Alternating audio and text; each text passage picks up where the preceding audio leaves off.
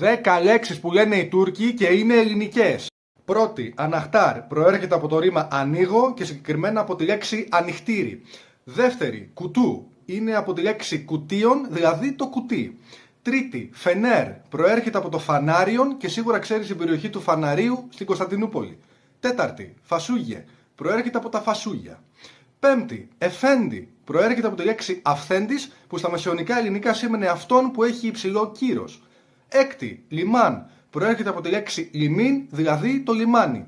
Έβδομη, κιορφέζ, προέρχεται από τη λέξη κόρφος που σημαίνει θαλάσσιος κόλπος. Όγδοη, μπιμπέρ, εννοείται είναι από τη λέξη πιπέρι. Και τώρα πάμε στις δύο τελευταίες αγαπημένες μου, τις ντομάτες και τις πατάτες. Στην ουσία είναι ο πληθυντικός αριθμός της ντομάτας και της πατάτας και έτσι πέρασε στα τουρκικά. Και ο λόγος είναι ότι για μεγάλο διάστημα το εμπόριο και ειδικά αυτό των λιχανικών ήταν στα χέρια των Ελλήνων.